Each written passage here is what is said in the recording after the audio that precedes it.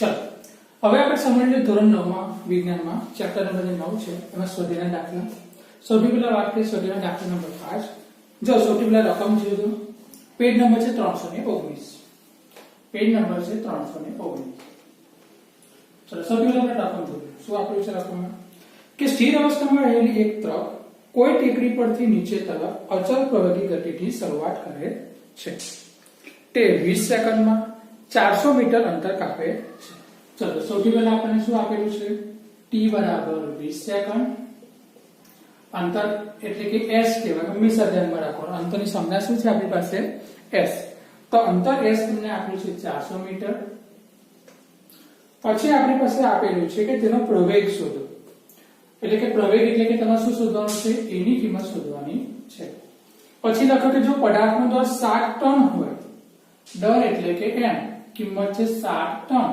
Ton ને આપણે કિલોગ્રામમાં ફેરવવું છે જો રકમમાં તમને આપેલું છે કે 1 ટન બરાબર 1000 કિલોગ્રામ તો 7 ગુણ્યા 1000 કિલોગ્રામ તો 7 ગુણ્યા 1000 એટલે આવશે 7000 કિલોગ્રામ આ પર મળે છે m અને બીજું શું શોધવાનું કીધેલું છે તો તેના પર લાગતું બળ F શોધવાનું છે ચલો સૌથી પહેલા શરૂઆત આપણે ક્યાંથી કરશું સૌથી પહેલો મોટો પ્રશ્ન એ છે તો આપણે શું શોધવું છે પ્રવેગ 1 તો તમે આગળ ભણેલા છો બળ અને બળના નિયમો આ જે ચેપ્ટર છે તેને આગળનું ચેપ્ટર 8મું ચેપ્ટર એ ચેપ્ટરમાં આપણી પાસે હતું કે આપણી પાસે અચળ પ્રવેગી ગતિના મુખ્ય 3 સમીકરણ હતા બરાબર ને આપણી પાસે અચળ પ્રવેગી ગતિના મુખ્ય અલગ અલગ પ્રકારના 3 સમીકરણ હતા એ સમીકરણમાં આપણે એક એક કરીને સમીકરણની વાત કરીએ પહેલા તો તમે સૌથી પહેલા સમીકરણ લખી આપું છું તો આપણું સમીકરણ આ પ્રમાણે હતું કે v બરાબર u વત્તા at બીજું સમીકરણ આપણી પાસે હતું v²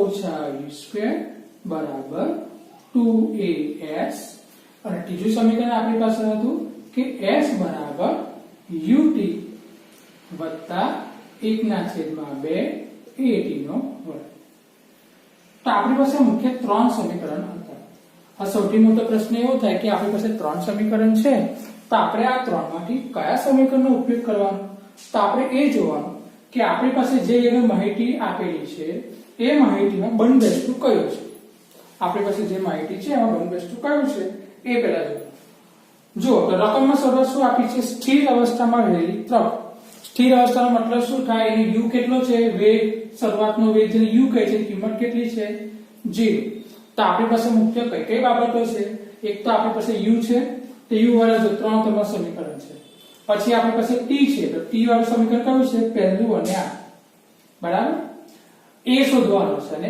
s આપેલું છે તો જો t વાળા બે સમીકરણ છે એ બંને સમીકરણમાં આપણે જે a શોધવાનું છે તે પણ બંને સમીકરણમાં છે પણ s ફક્ત છેલ્લા સમીકરણમાં આપેલું છે ધ્યાન આપો છો બધા આપણી પાસે જે માહિતી છે એમાં જે t ની કિંમત છે તે પહેલા અને ત્રીજા સમીકરણમાં છે s ની કિંમત ફક્ત ત્રીજા સમીકરણમાં છે તો આપણે આ જગ્યા પર ફક્ત ત્રીજું જે સમીકરણ છે તેનો ઉપયોગ આપણે આ જગ્યા પર કરશું તો જોજો આપણે કેટલી શરૂઆત કરીશું તે સૌથી પહેલા સમીકરણ લખશું આપણે કે s બરાબર ut વત્તા 1/2 at નો વર્ગ s આપણને રકમમાં આપેલા છે 400 મીટર u એટલે કે સ્થિર અવસ્થા માટે કિંમત 0 છે t આપણી પાસે 20 સેકન્ડ આપેલા છે વત્તા 1/2 a એટલે કે પ્રવેગ તો આપણે શોધવાનો છે અને t ની કિંમત આપણને 20 સેકન્ડ આપેલી છે તો આપણે લખશું 20 નો વર્ગ ચલો 0 ગુણ્યા 20 કેટલા તો 0 1/2 a અને 20 નો વર્ગ કેટલો તો 20 નો વર્ગ તમારો થશે 4 ચલો આ થાય તમારા 400 ની કિંમત આ તમારે છે 400 ની કિંમત આ 2 છે 400 છોડીને તમારે આવશે 200 તમારે લખાશે 200 a ચલો તો હવે a શોધવા છે તો a બરાબર લખાશે 400/200 માટે a બરાબર લખાશે છેદમાં ગણતરી કરીને આવશે 2 તો આ જે એકમ જે a આવે છે એની કિંમતનો એકમ શું છે મીટર પ્રતિ સેકન્ડનો વર્ગ તો a બરાબર મળે છે આપણને 2 મીટર પ્રતિ સેકન્ડનો વર્ગ હવે આગળનો પ્રશ્ન છે a શોધ્યા પછી એ છે f કે આપણે f પણ શોધવાનું છે ને ચલો f એટલે કે બળ ન્યૂટનની ગતિના બીજા નિયમમાં આપણે સમજાતા કે કોઈ પણ જગ્યાએ બળ F શોધવું હોય તો એનું સૂત્ર છે બળ F બરાબર m ગુણ્યા a એમ છે આપણી પાસે 60,000 કિલોગ્રામ, એ છે આપણી પાસે 2, 60,000 ગુણ્યા 2 તમારો જવાબ આવશે 14,000. તો તમારી કિંમત આવે છે બર એફ ની 14,000 ન્યૂટન. આ થયો આપણો જવાબ. તો આ છે તમારો પ્રશ્ન નંબર 5. હવે આગળનો દાખલો સમજ. ચલો હવે આપણે સમજીએ પેજ નંબર 320 ઉપર છઠ્ઠા નંબરનો દાખલો છે. દાખલા રકમ જોઈએ આપણે શું આપેલું છે માહિતી. 1 કિલોગ્રામ દ્રવ્યમાન ધરાવતા પથ્થરને એટલે કે m બરાબર 1 કિલોગ્રામ આપેલા છે. પથ્થરને 20 મીટર પ્રતિ સેકન્ડના વેગથી તળાવથી થીજી ગયેલી પાણીની સપાટી ઉપર સપાટીને સમાંતર ફેંકવામાં આવે છે. પથ્થર 50 મીટરનું અંતર કાપીને શું થાય છે? અટકી જાય છે. તો પથ્થર અને બરફ વચ્ચે લાગતું ઘર્ષણ બળ તમારે શોધવું. ચલો હવે જો આપણી પાસે શું આપેલું છે? 20 મીટર પ્રતિ સેકન્ડના વેગથી તળાવમાં નાખવામાં આવે છે. એટલે u કેટલા છે આપણી પાસે? 20 મીટર પ્રતિ સેકન્ડ. પછી લખે છે કે 50 મીટરનું અંતર કાપીને અટકી જાય છે. મીટરનું અંતર એટલે કે તમારું s આપેલું છે એ છે 50 મીટર. અટકી જવું મતલબ શું થાય? પદાર્થ સ્થિર થયો. અને જો પદાર્થ સ્થિર થાય તો વેગ કેટલો થાય? 0 થાય. આપણી પાસે જે પદાર્થ છે તે છેલ્લે અટકી જાય એટલે કે છેલ્લે એટલે કે અંતિમ વેગ આપણને v બરાબર આપેલું છે 0. તો પથ્થર અને બરફ વચ્ચે લાગતું ઘર્ષણ બળ તમારે શોધવાનું છે. ઘર્ષણ બળ એટલે આપણે શું શોધવાનું છે? f નું મૂલ્ય. ચલો હવે આપણને ખબર છે કે જો આપણે f ને શોધવા હોય તો આપણી પાસે f બરાબર m ગુણ્યા a છે. હવે એમાં આપણને m તો 1 કિલોગ્રામ આપેલું છે તો આપણે શોધવાનું શું બાકી રહ્યું? એની કિંમત. તો સૌથી પહેલા જો આપણી પાસે જે માહિતી છે એમાં એની કિંમત કઈ જગ્યા પર સેટ થાય છે? તો પહેલા જો આમાં t ની કોઈ માહિતી આપેલી છે ખરી? સમય ના. સમયના બે સમીકરણ છે જો એ બંને સમીકરણમાં કિંમત મુકાશે ખરી? ના. તો આપણે કયું સમીકરણ વાપરવું પડશે? છેલ્લું v² - u² બરાબર 2as. ચલો v ની કિંમત છે 0, u ની કિંમત છે 20 તો આપણે લખશું 20 નો વર્ગ. a આપણે શોધવા પડશે અને s આપણે 50 આપેલા છે. ચલો ઓછા 20 નો ભાગ આપણો કેટલો લખાશે? 400. 50 ગુણ્યા 2 લખાશે 100. તો a શોધવા છે તો a બરાબર કેવી રીતે લખાશે? તો 400 ના ભાગ્યા 100. તમારો જવાબ a બરાબર લખાશે 400 ભાગ્યા 100. તો તમારો જવાબ આવશે 4. ચલો પ્રવેગનો એકમ શું હતો આપણી પાસે?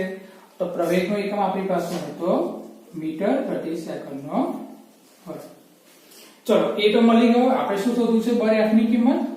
તો બર f કેવી રીતે શોધાશે? બર f બરાબર m ગુણ્યા a. m કેટલા છે? જો 1 કિલોગ્રામ. a કેટલું છે આપણી પાસે? -4. આપણો જવાબ કેટલો આવે છે? -4 ન્યૂટન. તો આ આપણી પાસે હતું બર f માટેની કિંમત. તો આપણે તમને પૂછવામાં કે ઘર્ષણ બળ કેટલું છે? તો ઘર્ષણ બળનું મૂલ્ય છે આપણી પાસે -4 ન્યૂટન. બરાબર. આ દાખલો તમારો છે. ચલો હવે આપણે સમજીએ આગળ પ્રશ્ન નંબર 7. ધ્યાન આપજો બધા. રકમમાં લખેલું છે કે 8000 કિલોગ્રામ દ્રવ્યમાન ધરાવતી રકમમાં છે આપણી પાસે m બરાબર 8000 કિલોગ્રામ દ્રવ્યમાન ધરાવતું એન્જિન. એટલે આપણી પાસે એક એન્જિન છે. તેમાં 2000 કિલોગ્રામ દ્રવ્યમાન ધરાવતા 5 ડબ્બાઓ.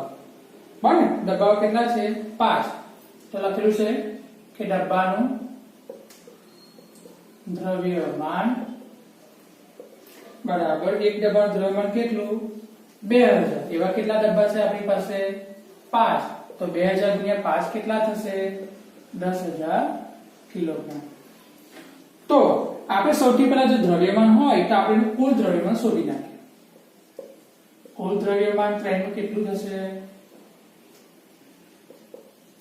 આ બંને દ્રવ્યમાનનો સરવાળો એટલે કે 8000 કિલોગ્રામ વત્તા 10000 કિલોગ્રામ. તો જવાબ કેટલો આવશે?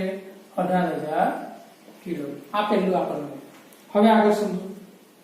એવું લખે છે કે જો ટ્રેનને 40000 ન્યૂટન જેટલું બળ લગાવવામાં આવે તથા પાટા દ્વારા 5000 ન્યૂટનનું ઘર્ષણ બળ લાગતું હોય. હવે હું તમને કશું સમજાવું. ધ્યાન રાખજો. ધારો કે આપણી પાસે ટ્રેન છે. આ ટ્રેન તમને આપેલી છે. એનો આગળનો ભાગ છે આ પ્રમાણે. એન્જિનનો ભાગ છે આપણી પાસે. આ જે પતરા છે એના જે પટ્ટા આવે તે છે,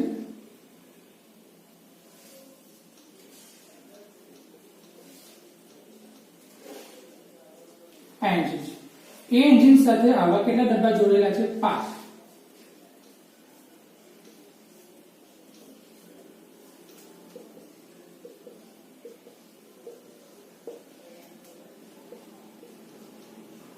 જો આપણે બરાબર ને આની કેટલા ડબ્બા જોયેલા છે? 5 ડબ્બા જોયેલા છે.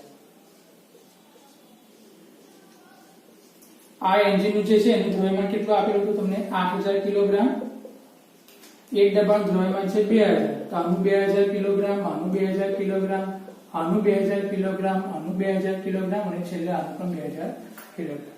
હવે ધ્યાન આપજો, જ્યારે પણ કોઈ ટ્રેન જો આગળ વધે છે પોતાની ગતિ કરીને, તો ટ્રેન જો ધારો કે આ દિશામાં બળ લગાડે છે, તો ટ્રેનનું વિરોધ કરતું જે ઘર્ષણ બળ કઈ દિશામાં લાગે? વિરુદ્ધ દિશામાં. ટ્રેન પર લાગતું બળ આ દિશામાં હોય તો ઘર્ષણ બળ કઈ દિશામાં હોય? વિરુદ્ધ દિશામાં. બંને ક્યારે એક જ દિશામાં હોય નહીં. જો બંને એક દિશામાં હોય તો આપણે શું કરત? સરવાળો. અહીંયા આગળ શું છે? બંને દિશા કેવી છે? અલગ અલગ છે. બળ લાગતું, ટ્રેન પર લાગતું બળ તમને કેટલું આપેલું છે? 40000 ન્યૂટન. અને ઘર્ષણ બળ આપણને કેટલું આપેલું છે? 5000 ન્યૂટન. તો ચોખ્ખું બળ કેટલું લાગશે? તો ચોખ્ખું બળ એટલે અલગ અલગ દિશા હોય તો શું થાય? બાદબાકી. સરખી દિશા હોય તો શું થાય? સરવાળો. તો આપણે લખવાનું કે આગળ લાગતું ચોખ્ખું બળ બરાબર આ બંનેની અલગ અલગ દિશા હોવાને કારણે બાદબાકી કરશું તો 40000 ઓછા 5000. તો આપણો જવાબ કેટલો આવે છે? 35000 ન્યૂટન. તો આ છે તમારો પહેલો જવાબ. પછી બીજું શું પૂછેલું છે એ જુઓ, કે કહે છે કે ટ્રેનનો પ્રવેગ શોધો. પ્રવેગ એટલે આપણે શું શોધવાનું છે? એની કિંમત. તો પ્રવેગ એ કેવી રીતે શોધાય? તો આપણને ખબર કે જો બળ આપણને F ખબર હોય તો F બરાબર લખાય m ગુણ્યા a. F આપણને ખબર છે 35000, તો 35000 લખશું. m આપણે કેટલા આપેલા છે? ટોટલ 18000. તો એ આપણે શોધવા છે. કેવી રીતે શોધશું? તો જો આપણે એ શોધવા હોય તો 35000 છેદમાં 18000. આપણો જવાબ કેટલો આવશે? 35 ભાગ્યા 18000. જવાબ આપણો આવશે 1.944 મીટર પ્રતિ સેકન્ડનો વર્ગ. તો આ તમને મળે છે પ્રવેગની કિંમત. આ તમને મળી બળ F ની કિંમત. બરાબર. હવે જો ધ્યાન આપજો, શું આપેલું છે કે ડબ્બા 1 દ્વારા ડબ્બા 2 પર લાગતું બળ તમે શોધો. ચલો, પ્રશ્ન તો એ પૂછેલો છે કે બળ શોધવાનું કીધું છે. બળ તમને શોધવાનું કીધું છે. બળનું સૂત્ર આપણને ખબર છે m ગુણ્યા a લખાય. બરાબર. શું કહે છે? ડબ્બા 1 દ્વારા ડબ્બા 2 પર લાગતું બળ શોધો. હવે મને કહો, ડબ્બો 1 જો ડબ્બા 2 પર બળ લાગે ખાલી ડબ્બા 2 પર બળ લાગશે? ના. અહીંયા પાસે કેટલા ડબ્બા છે? 2 3 4 અને 5. આ બે ટોટલ 4 ડબ્બા છે. બરાબર. તો બળ પણ કેટલું થાય? 4 ગણું થાય. એક ડબ્બાનું બળ કેટલું? એક ડબ્બાનું વજન કેટલું? 2000. જેનું 2000 વજન એટલે કે 2000 દર હોય તો 4 ડબ્બાનું કેટલું થાય? 2000 ગુણ્યા 4. ખ્યાલ આવે શું કહું છું? રકમ કહે છે કે પહેલા ડબ્બાનું બીજા ડબ્બા પર લાગતું બળ શોધો. પહેલા ડબ્બા જો બીજા ડબ્બા પર બળ લગાવશે તો ફક્ત બીજા પર બળ નહીં લાગે, તો ત્રીજા પર પણ લાગશે, ચોથા પર પણ લાગશે અને પાંચમા પર પણ લાગશે. તો આપણી પાસે બળ જો આટલા ભાગમાં લાગવાનું હોય 2 3 ને 4 ને 5, 4 ડબ્બા પર, તો ટોટલ કેટલું થયું? 1 2 3 ને 4, તો 2000 ગુણ્યા 4. અને પ્રવેગ એ આપણી પાસે કેટલા છે? 1.944. તો હવે આપણે શું કરવું પડશે? બધાનો ગુણાકાર. તો હવે ગુણાકારનો જવાબ કેટલો આવે છે? 15552. તો આપણે લાગતું બળ F નું મૂલ્ય છે 15552 ન્યૂટન. તો આ છે આપણી પાસે દાખલા નંબર 7.